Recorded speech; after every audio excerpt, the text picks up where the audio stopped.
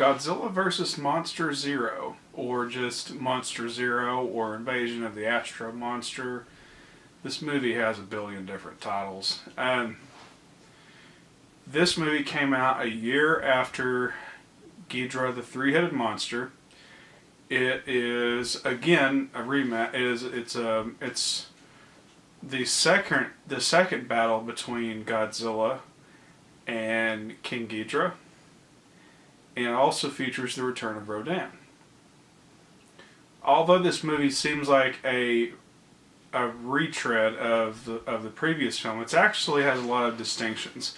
The biggest distinction, of course, being that Ghidorah this time is the pawn, is being controlled by a group of aliens, and this movie involves lots of space travel, lots of sci-fi elements. It feels like a blend of Godzilla with an early episode of Star Trek, which I think is actually... I'm trying to remember if it was James Rolfe that said that, or if it was Brandon Tennell. I don't really remember, but that was an appropriate... Whoever said it made an appropriate characterization. It is...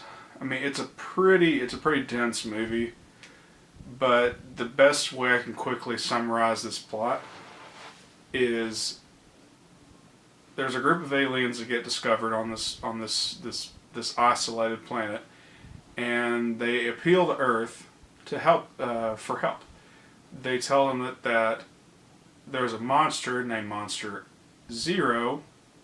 They don't give it an actual name. They call it Monster Zero. It has been threatening their planet and their people, and so they ask the Earth people, and the Earth people allow them to take Godzilla and Rodan in their spaceships, and they transport Godzilla and Rodan from Japan to their planet. So this is the first and only battle in outer space. So in that respect, this movie almost feels like something out of a video game. And again, the effects are about what you would expect. I mean, you've got guys in monster suits. You have lots of model miniatures. The tone is even lighter than the last film, Ghidorah the Three-Headed Monster. And that's all well and fine. I think this movie is a pretty fun, lighthearted adventure. It's another movie where Godzilla plays the villain and the anti-hero. In that the aliens, of course, reveal themselves to be bad guys, and so they take Godzilla and Rodan, they bring them under their control, and then they unleash Ghidorah, Godzilla, and Rodan, all three against Japan.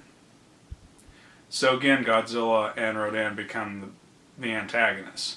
But this is short-lived, and the heroes break the aliens' control over the three monsters, and the monsters resume their old rivalries. One thing I'll say is the Godzilla suit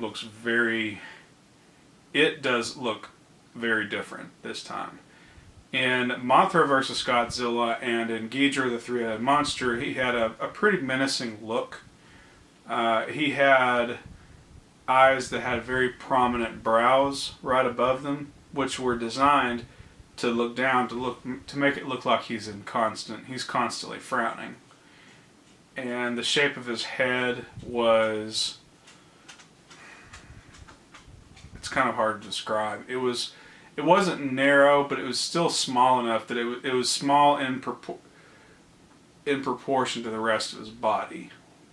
He didn't, his head was pretty small, and it fit with his neck and with his torso, and he looked pretty menacing. In this movie, they made Godzilla's head a lot bigger. They gave him these big cartoony Cookie Monster-like eyes, and they give him a much more colorful personality. There's actually a scene where he does a big jump in the air. He jumps like 3 or 4 times, doing like a big victory lap after Ghidorah retreats. But this movie features much less monster action than the last movie. The alien plot is if you watch these movies out of order, you may notice that it gets very tired after a while. But this is the first movie to actually do that, and the effects are entertaining enough. The people actors in this movie aren't bad either. They actually have an American actor named Nick Adams, who did a lot of Western movies in the '60s, and he's pretty good. He actually develops a romance with one of these aliens. The aliens actually look like people, so before you ask how did that happen, they actually look very much like people. They just wear these funny little suits and talk in very monotone voices. So that's kind of an interesting development in the movie. Other than that, Nick Adams and the lead Japanese actor, I can't think of his name at the moment, but they have a pretty interesting rapport. They always tease each other, give each other a hard time. That makes the movie that makes their scenes kind of interesting. Overall, though, Monster Zero it's entertaining. It is still I'd still say it's an above average to average Godzilla movie. It's the fact that they brought back Godzilla's rival again, back to back, is both a gift, and it's both a pro and a con. It's a pro in that it establishes that Ghidorah is hard to kill and that he is Godzilla's primary antagonist in this series, and continues to elevate Ghidorah as a fan favorite. On the other hand, it shows a lack of creativity, I think. I don't know if the Godzilla series at this point can be accused of lack of creativity. The fact that they actually went out of their way to establish an alien kidnapping plot where aliens capture Godzilla and Rodan and mind control them. I don't know if they've run out of original ideas yet, but they're getting close. But it's entertaining though, and if you're a Godzilla fan, you should enjoy that. The next film is the next Godzilla film is where things get. It is a very big change of pace for Godzilla. In this movie, Godzilla. In the sequel to Monster Zero, it is called Ebra, Horror of the Deep. That's the original title. If you're like me, when you were first introduced to this movie at the dollar store or Dollar General or whatever, or if you found it on TV, it was known as Godzilla versus the Sea Monster. This is the first island episode in the Godzilla franchise, in that it's the first movie that prominently features Godzilla on a remote island, away from Tokyo, away from against a civilized backdrop. So you don't have Godzilla destroying big tall skyscrapers or even threatening Tokyo. This is very much an island adventure. A group of Japanese heroes I don't really even remember why they end up on this island. I think they're on a ship and the ship crashes on this island, and they soon discover that it is overtaken by a terrorist group called the Red Bamboo, which, funny enough, the leader of Red Bamboo is actually the same exact actor that played Dr. Serizawa in the first Godzilla movie. And he's still wearing the same eye patch that he wore in that movie, although I think it may have switched eyes. There's no real explanation as to what Red Bamboo is or what their goals are, other than to create some sort of secret weaponry. And so you don't get a lot of explanation there. So you have the movie, the first half of this movie is our hero sneaking around trying to infiltrate Red Bamboo. People you don't know about, you don't know what their goals are, you just know they have some kind of a secret military base. And they produce some kind of yellow liquid that they use to protect themselves against a giant monster. The title's namesake, the sea monster, is actually a crustacean called Ebora. Ebora, I've read, is Japanese for shrimp. So literally Godzilla's opponent in this movie is a big crab.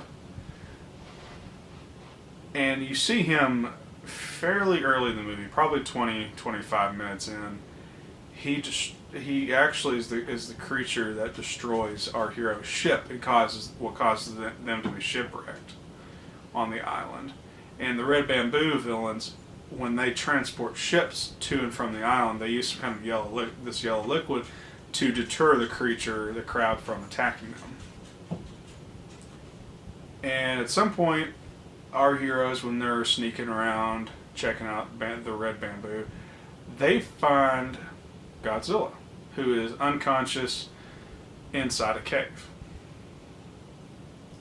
And they wake him up using electricity, kind of a King Kong-esque attribute they gave Godzilla in this movie, because Kong was originally meant to be, or Godzilla was actually meant to be Kong in this movie. It was meant to be a movie about King Kong, but Toho switched him out for greater movie ticket returns. So Godzilla wakes up, he attacks the sea monster Ebora, and I mean it's a fire-breathing radioactive lizard, a radioactive dinosaur versus a lobster. It goes exactly how you think. Godzilla attacks it, he defeats it, it retreats, so then he returns to the island and destroys the Red Bamboo base. And the island, somebody on this base sets off a bomb, of course, because there's always a bomb, and the heroes have to escape. So Mothra, oh yeah, she's in this movie too. She shows up in adult butterfly form, and she goes to save our heroes and drives off Godzilla right before it explodes. Then Godzilla, realizing that I think somehow he knows the island's going to explode too, he jumps off the island's cliff into the ocean, swims away just as Mothra is flying away with our human heroes. So Godzilla versus the sea monster. It's a very, context-wise and setting-wise, it's a very different Godzilla movie. It's definitely a lot slower than the last 5 movies, I guess now. It doesn't involve any heavy sci-fi hostile alien takeover plot elements. It doesn't really get into it definitely detracts away from the anti-nuclear war subtext of the first Godzilla film. And it's definitely lighthearted and humorous, like Monster Zero, Ghidorah the Three-Headed Monster, and King Kong vs. Godzilla. It definitely continues that lighthearted trend, but it's definitely a cheaper film that relies on fewer actors, a cheaper setting. It's on an island, so all I have to do is film Godzilla marauding over a bunch of rocks and grass, and instead of actually building these elaborate sets and miniatures. It's pretty slow. I definitely, if you're not into the kaiju stuff yet, like if you've watched the first couple, 2 or 3 or 4 Godzilla movies, and you decide it's not for you, this one is definitely not going to change your mind. I would definitely say this is an average Godzilla film. It's not terrible. I think if you have kids, this is a safe movie to introduce them to Godzilla with. Although I would encourage King Kong versus Godzilla because that movie is definitely much more entertaining and the plot is much faster moving. And Godzilla gets introduced a lot earlier in the film, in that film, than it does in the Sea Monster movie. And the antagonist is not that entertaining. Ebera is a pretty boring villain. He's a large crab. He's an oversized crab. That's it. You can tell that Toho was definitely starting to run out of elaborate monster ideas.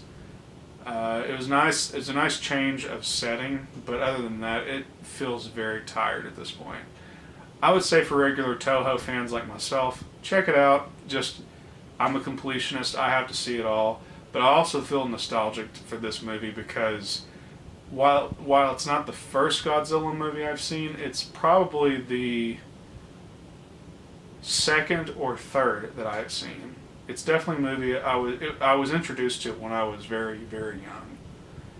So I still have an affinity for it. So if you're a big time Toho fan, check it out. If not, I don't recommend it.